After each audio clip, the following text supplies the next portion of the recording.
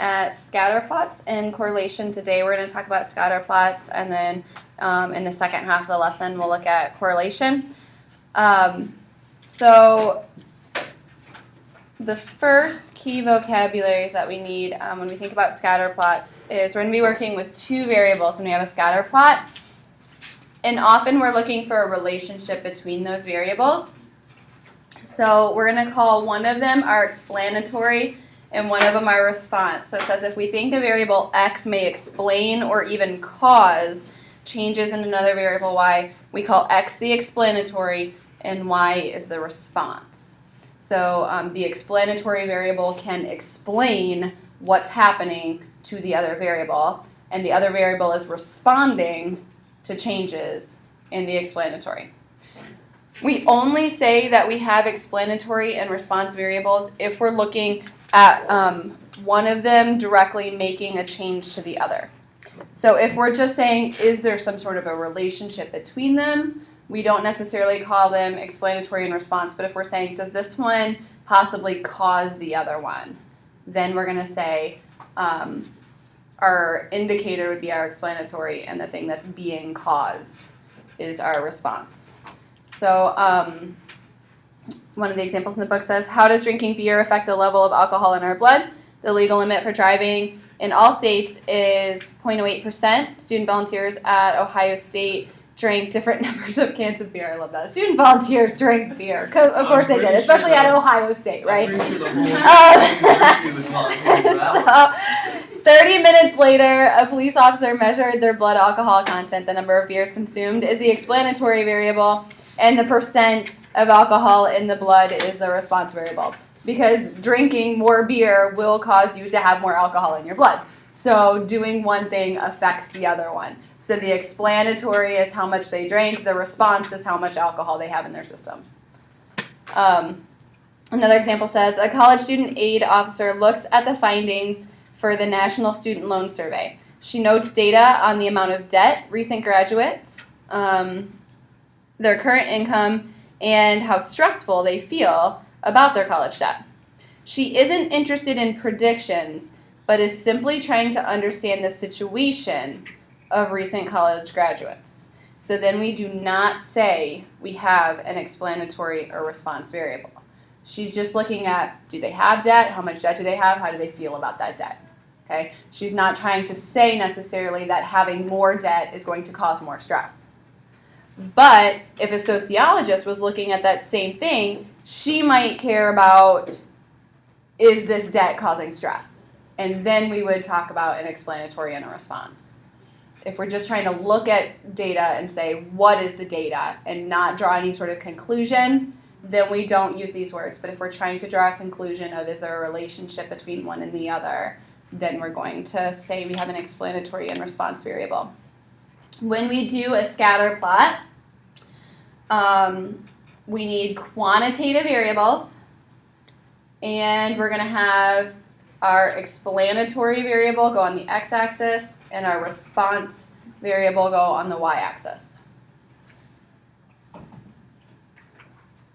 So a scatter plot displays the relationship between quantitative variables measured on the same individuals. So for that beer drinking one, you need to make sure you're keeping your data what we call paired.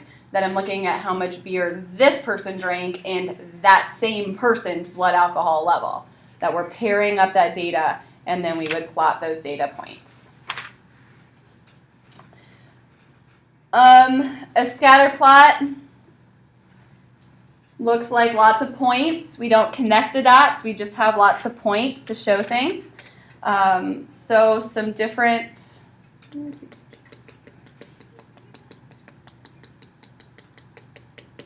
Okay, scatter plot.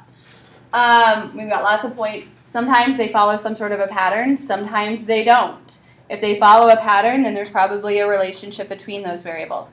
But one very important thing to understand, big idea of all of statistics, is just because there's a relationship, it doesn't mean that one of them actually caused the other one to happen. Okay? For example, my favorite example of this is if I would do a reading score test on a completely random general selection of the population. Find their reading level. And ask them their shoe size. If I plot shoe size versus reading level, there will be a relationship that a bigger shoe size gives a higher reading level. But I don't think having bigger feet causes somebody to be able to read better, right? I think there's something else going on there. What? Age. Little kids have little feet. They can't read as good. You get older, you have bigger feet, you read better, right? So there's something else going on there. Just because there's a relationship doesn't mean one of them caused the other one. And that's a really important thing to understand because as humans, a lot of times when we see relationships, we make an assumption that that relationship is a cause-effect. But often in data relationships, it is not a cause-effect, and there's something else going on behind the scenes. When we look at a scatter plot, we are concerned with a few different features of it. The first thing that we think about is the direction. So in the direction of a scatter plot, we call it either positive or negative.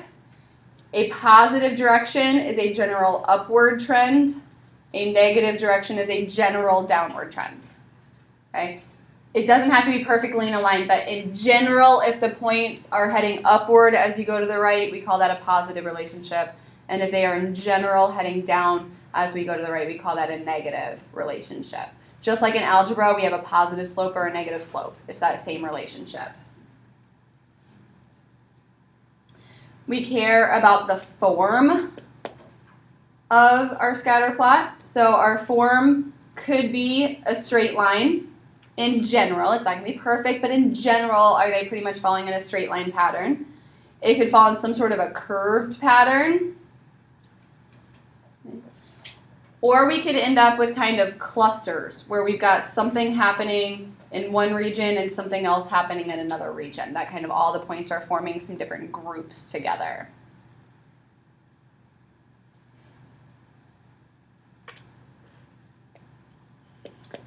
And then the third thing that we care about is the strength of the relationship.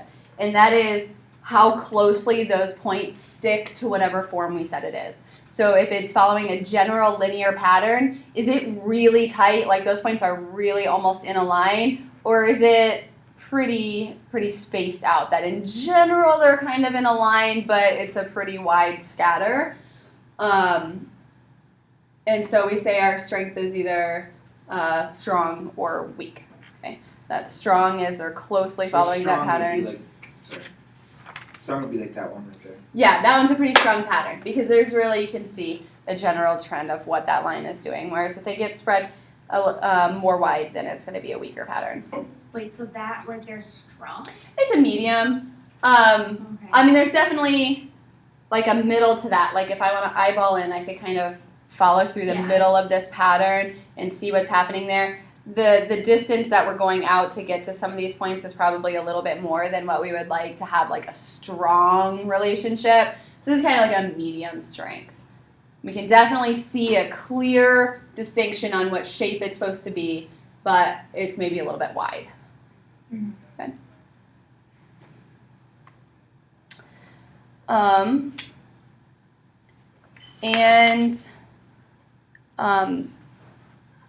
Sometimes when we see clusters occur. So in the textbook, there's an example of SAT scores and the percent of graduates that are taking the SAT.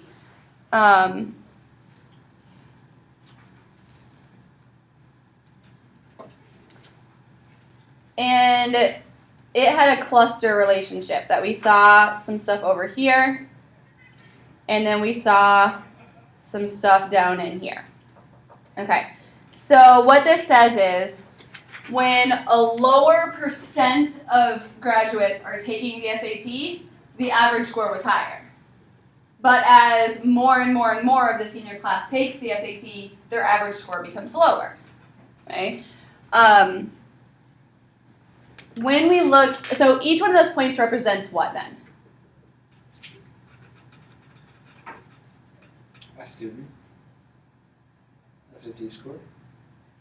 University? A Graduating class? number. Percent of students who have taken it. So on our x-axis is the percent of students that are taking it. On the y-axis is how well they did on average. And then each of those points is representing a state. So in one particular state, we'll say this state, there's some percent of students that took it and that's their average score. Right? I don't know what state that is. But in that particular state, some percent took it and that's their average score. Okay? So each of these points represents a state. So the percent grad would be like percent of graduates that are taking it. So like in our class, let's say we have 100 students, what percent of our students take the SAT? Not very many, right? So we would have a low percent of graduates taking it, and then whatever their average score is would be our y-axis value. Okay. But we would do that for a whole state. But statewide, a lot of students in Michigan don't take the SAT, right? So statewide even, we would have a low percent of graduates taking it, and then whatever our average score would be for those students who did take it. So what we end up seeing in this is two groups. And those groups are determined by where the SAT is the popular test and where the ACT is the popular test. So if a low percent of graduates are taking the SAT, their average score is going to be better because that probably means that they're really taking both. Whereas in the states where a high percent take it, that might be the only one they're taking, and that's going to lower the average score. Okay, so for example, where I grew up, in Florida, everybody takes the SAT. And so our statewide SAT score is probably fairly low because everybody takes it. Okay? But only the students who are trying to go like Ivy League or really prestigious are going to take both the SAT and the ACT. So my state's average ACT is probably pretty high because the only students that are taking it are the smart students who are trying to go somewhere good. Vice versa, here pretty much everybody takes the ACT. So our average is probably pretty low then because everybody takes it. But the students who are maybe trying to go Ivy League or prestigious are probably going to take both, and so our state's SAT score might be pretty high on average. And so that's what we see in this data is kind of the two clusters based on which test is really the prevalent test in those states. And so one thing we can do to kind of distinguish our data then is bring some symbols into it and say, I'll just use points for one particular group of states, and then I could use like pluses for another particular group of states because it tends to be kind of like a Midwest, Southern, Eastern kind of a thing that determines what test is the popular test in that area. Did anyone take the SAT at Northland? I don't know. PSAT Probably is not. different, right? PSAT is different. The PSAT is like the equivalent of the plan test. It's like the plan test is the practice ACT. The PSAT is the practice SAT. But you can also become a national merit scholarship finalist by taking the PSAT, but you have to do ridiculously good. So it's really hard to become a national merit scholarship finalist. The last thing I want to show you is how to actually get a scatter plot on your calculator so that you don't have to always create your scatter plots by hand. So, okay, to get a scatter plot on your calculator, what we're going to go into is stat again. Seeing as though this is statistics, so it's going to be a favorite button for us all year. We're going to edit, but when we have a scatter plot, we're concerned with two lists of data. So you're going to put one list of data into your L1s, and you're going to put the other list of data into your L2s. Now, I already have data in here. I have no idea what it's from, but I'm just going to keep it. Do you want us to type all that in? No, you can just watch. Once you have it all typed in, it is really important that you make sure that those two little dotted lines at the bottom are at the same place, because a scatter plot is pairing pieces of data. So for every individual, you should have both of those variable values So they need to match up, and if they don't match up, then when we go to do stuff later, we're going to get an error that's going to say error dim mismatch, dimension mismatch. It means the stuff isn't lining up. Okay, so if you get that error, that means you had, stuff missing or stuff extra in one of your two columns. So you're going to put one set of data into your L1, put another set of data into your L2, and then to see a scatter plot, what we're going to do is go into second y equals, where we had those plots before. We looked at how to make a histogram or how to make a box plot in there. I'm going to enter on plot 1 here to turn it on, and I'm going to choose the very first type is our scatter plot. Wait, where is this? Sorry. Second y equals. Second It says stat plot, so that's going to give us our different types of graphs we can do. So we've got like that next one with the connected lines. That would probably be good for like a time plot because it connects it. Or the third one over is our histogram. Then we have our box and whisker plot there as well. But the very first one is a scatter plot. And then we've got that we're taking our information from list 1 and list 2. You can choose what kind of symbol you want. I never really bother with that. I just always do my first kind of symbol. And then to make sure that we see a good window for this data, because if you're looking at the wrong part of your screen, then you might not see anything.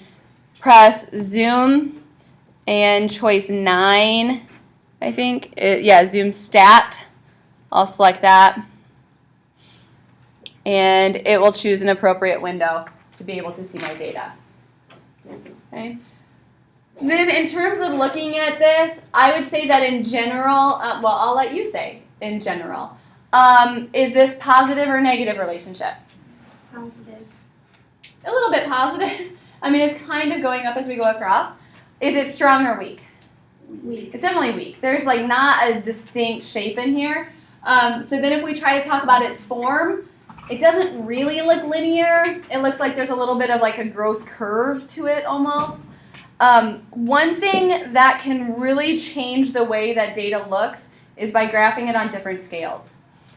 I don't know what our window is here and what scale, so I can hit window and I can look at kind of what am I seeing on my x-axis, what am I seeing on my y-axis. And these numbers are really close to each other. I'm very zoomed in on this data. If I zoom out on this data,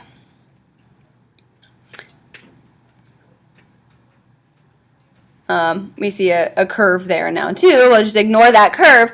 But all my data is this little cluster, and that starts to look like a whole lot stronger relationship, right? Because it's all right there together. So one way that we can kind of be tricked into thinking that a relationship is stronger or weaker than it is by kind of zooming in. If you zoom in, it's going to make everything look spread out, even if it's really close together. If you zoom out, think about Google Earth, everything looks really close together, even if it's not. Right? So we want to make sure that we're choosing an appropriate window to really be able to decide if our relationship is strong or weak. Okay? All right. That's it. That's lesson 1.